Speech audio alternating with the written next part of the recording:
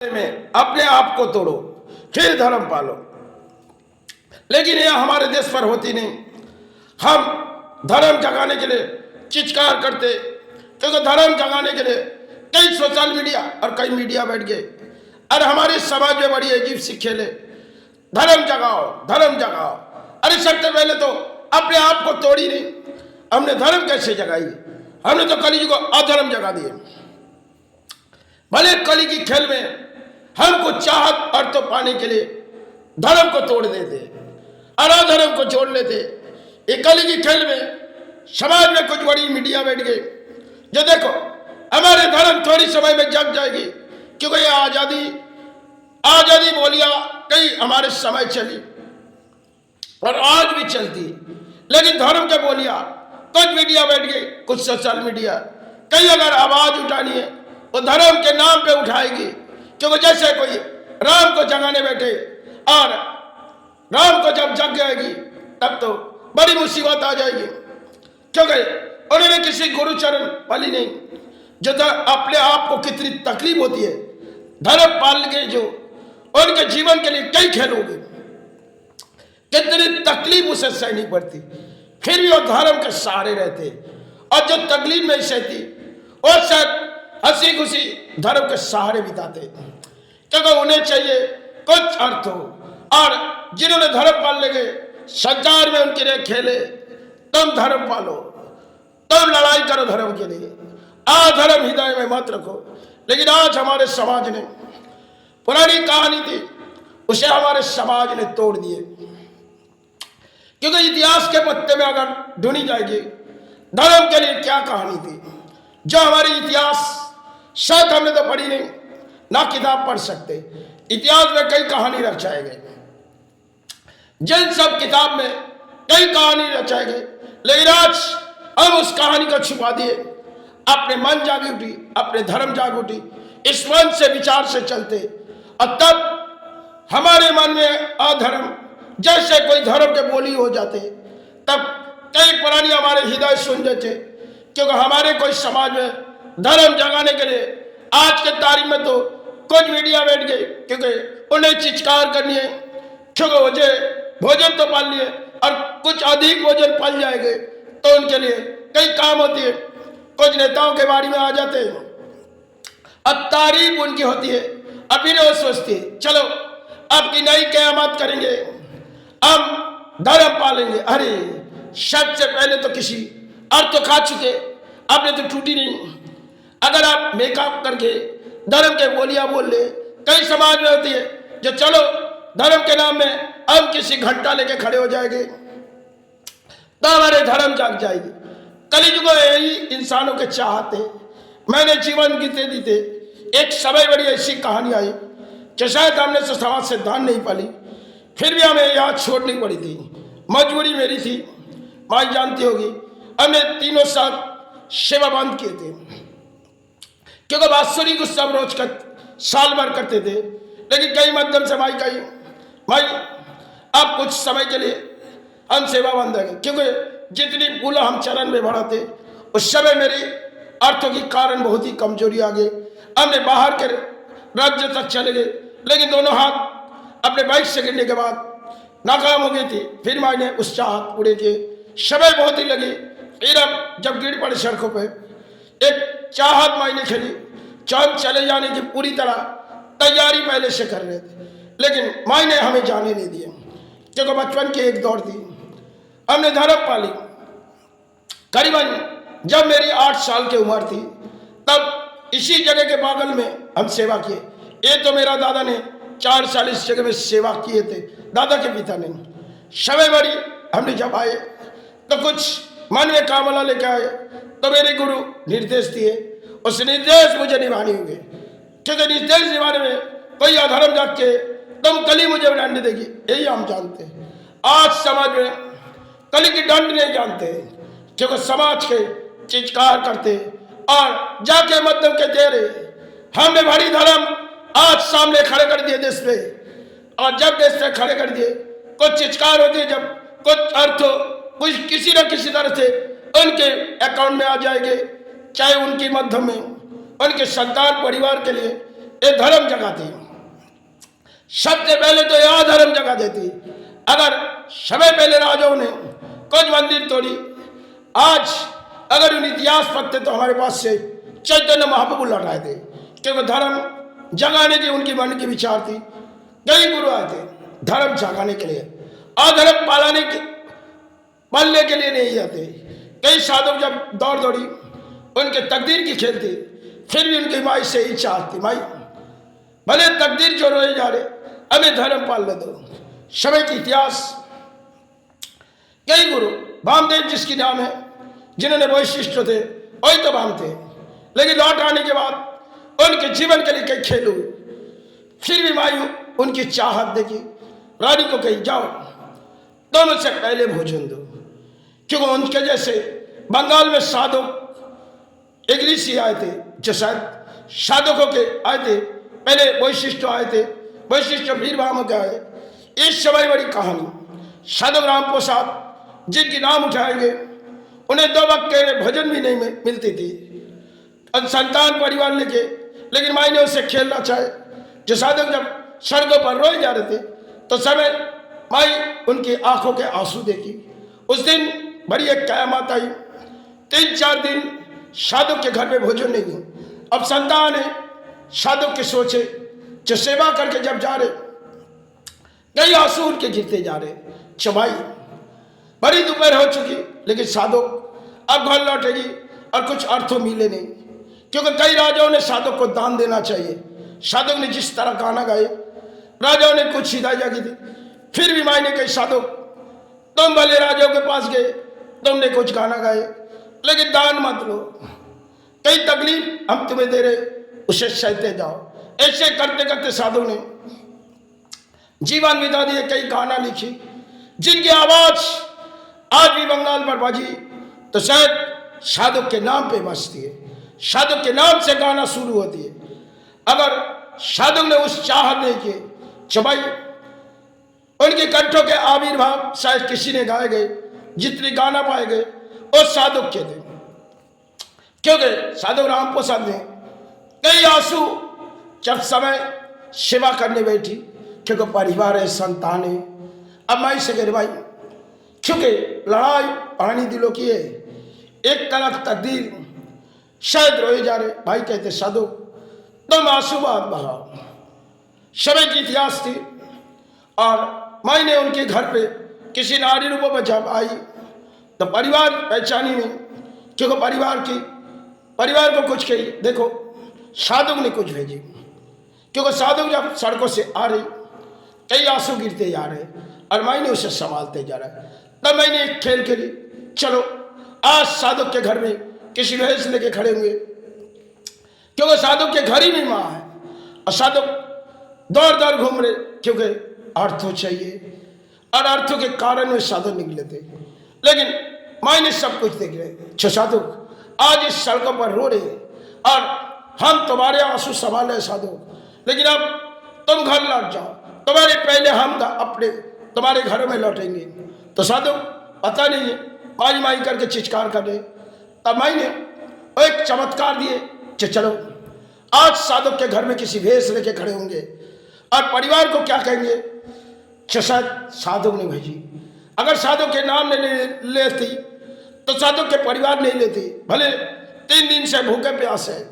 साधु के परिवार संतान को लेके कई आंसू बहा रहे। जवाब आज तो रहते हुए इस तकदीर की खेल क्या रुला। फिर भी माई हर बात सुनते जा रहे। साधु सेवा में बैठ गई और परिवार उसे उठा दिए, जाओ तुम भजन के लिए जाओ, यहाँ बैठे बैठे सेवा निभा रहे हो और तुम्हें और कोई काम नहीं, तुम जो गाना लिखते जा रहे हो समाज ने तुम्हारी गाना नहीं ली। तब साधु ने कही माँ जो कुछ करते जा रहा हूँ समय इस धरती के लिए, लेकिन जब इतिहास हमारे लंबे है तो समय पहले समय के बाद जाएगी, लेकिन सबसे पहले बात हमारी जाने की तैयारी कर। तो मैंने कही साधु तुम जाने से पहले एक काम करो। बोली क्या? बोली एक अधूरा काम तुम्हें करनी होगी, जाए तुम लौट जाओगे, फिर कोई पलानी साहब से आएंगे, तब तुम उनके लिए चाहत गंगे के घाट पर जाओ और जाके कहो सुबह यहाँ कोई लौट आ रहे, जहाँ तो किरास्तान बनी, उनमें साधु राम प्रसाद के गिरा चाहिए खेले।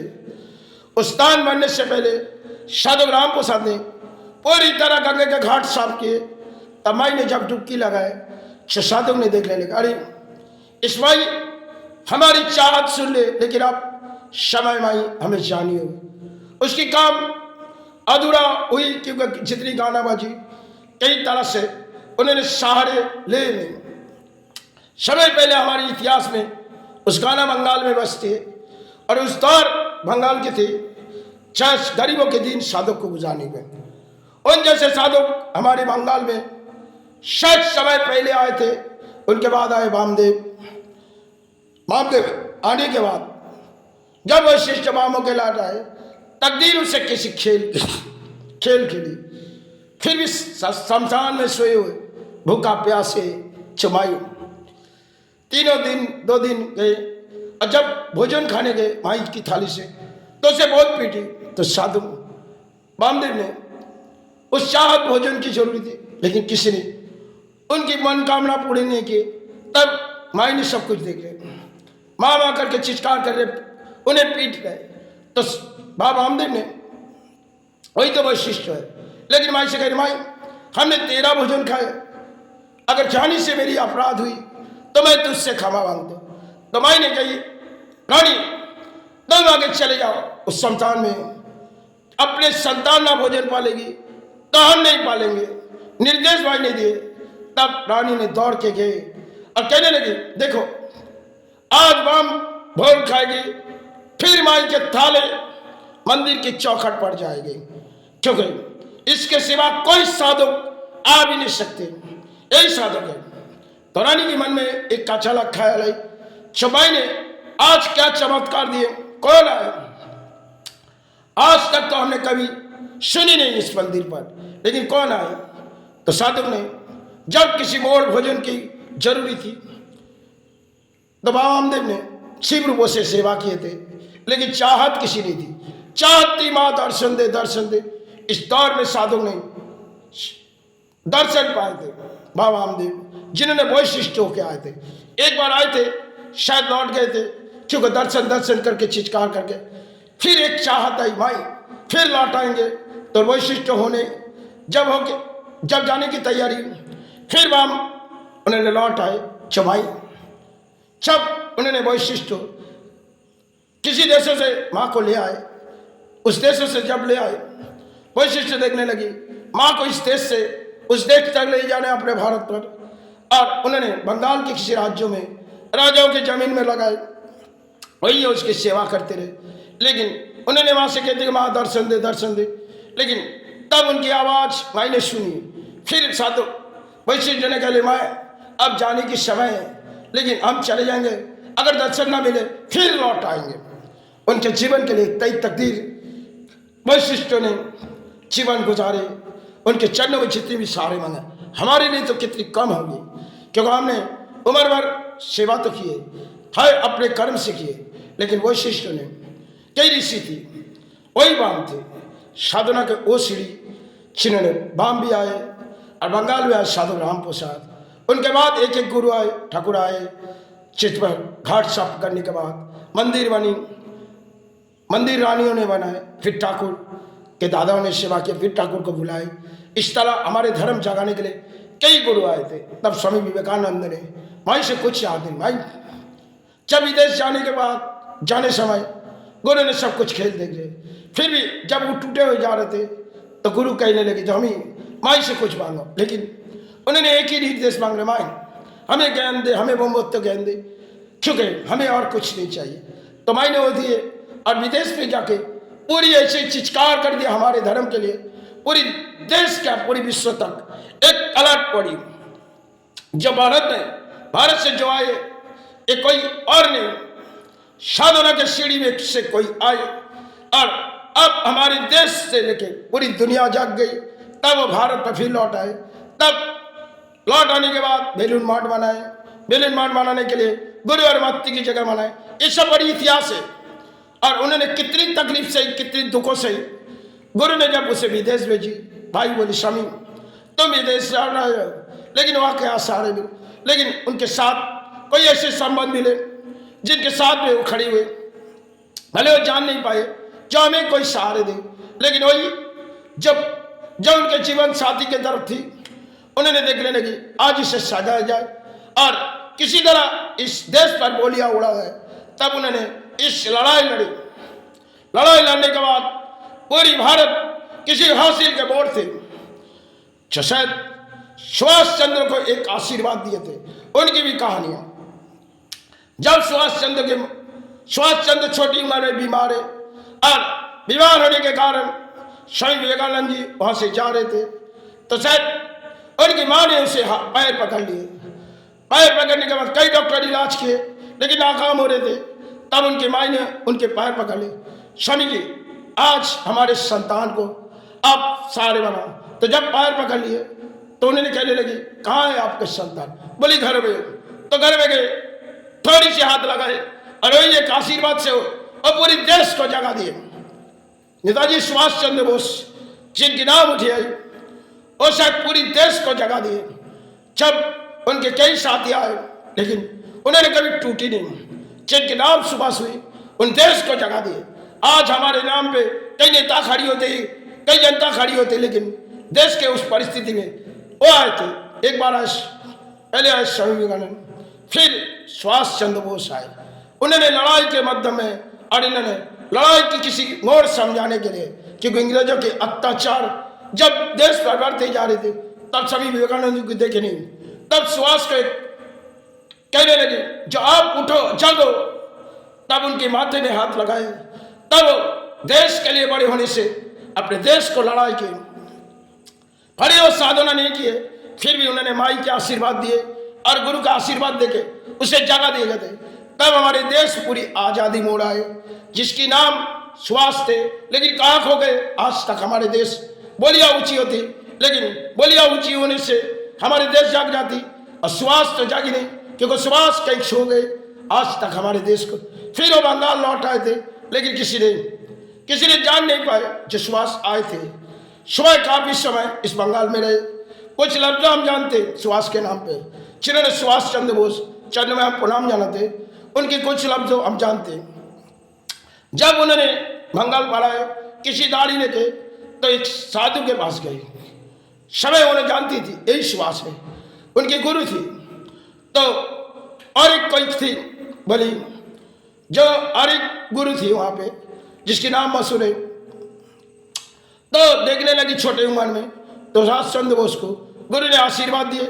आशीर्वाद देने के बाद सुभाष चंद्र बोस लौट आ रहे, तो गुरु ने कहने लगी ये कौन है जानते? बोली कौन है? बोली ये सुभाष है। तो उन्होंने उतनी शक्ल नहीं देखी। तब ये विचार हमारे भारत में, लेकिन और लौट आए थे, ये बात नहीं है जो उन्होंने चले गए थे, उन्होंने रहते गए थे। फिर हमारे देश को कोई पता भी नहीं चली और देश पर कई चित्कार हुई, लेकिन सुभाष को मारने के लिए किसी शक्ति नहीं थी, क्योंकि उन्होंने बड़ी मोड़ आदर्शों उनकी कीपा सहारे लेके इस देश को जड़ हासिल किए थे। समय वो माँ के गोद से पले, बीमारी तो आई, फिर भी स्वामी विवेकानंद जी ने उसे सहारे दे। चलो मेरी गुरु से प्रार्थना मांगते, मेरी माई से इस देश पर आए सेवा निभाने।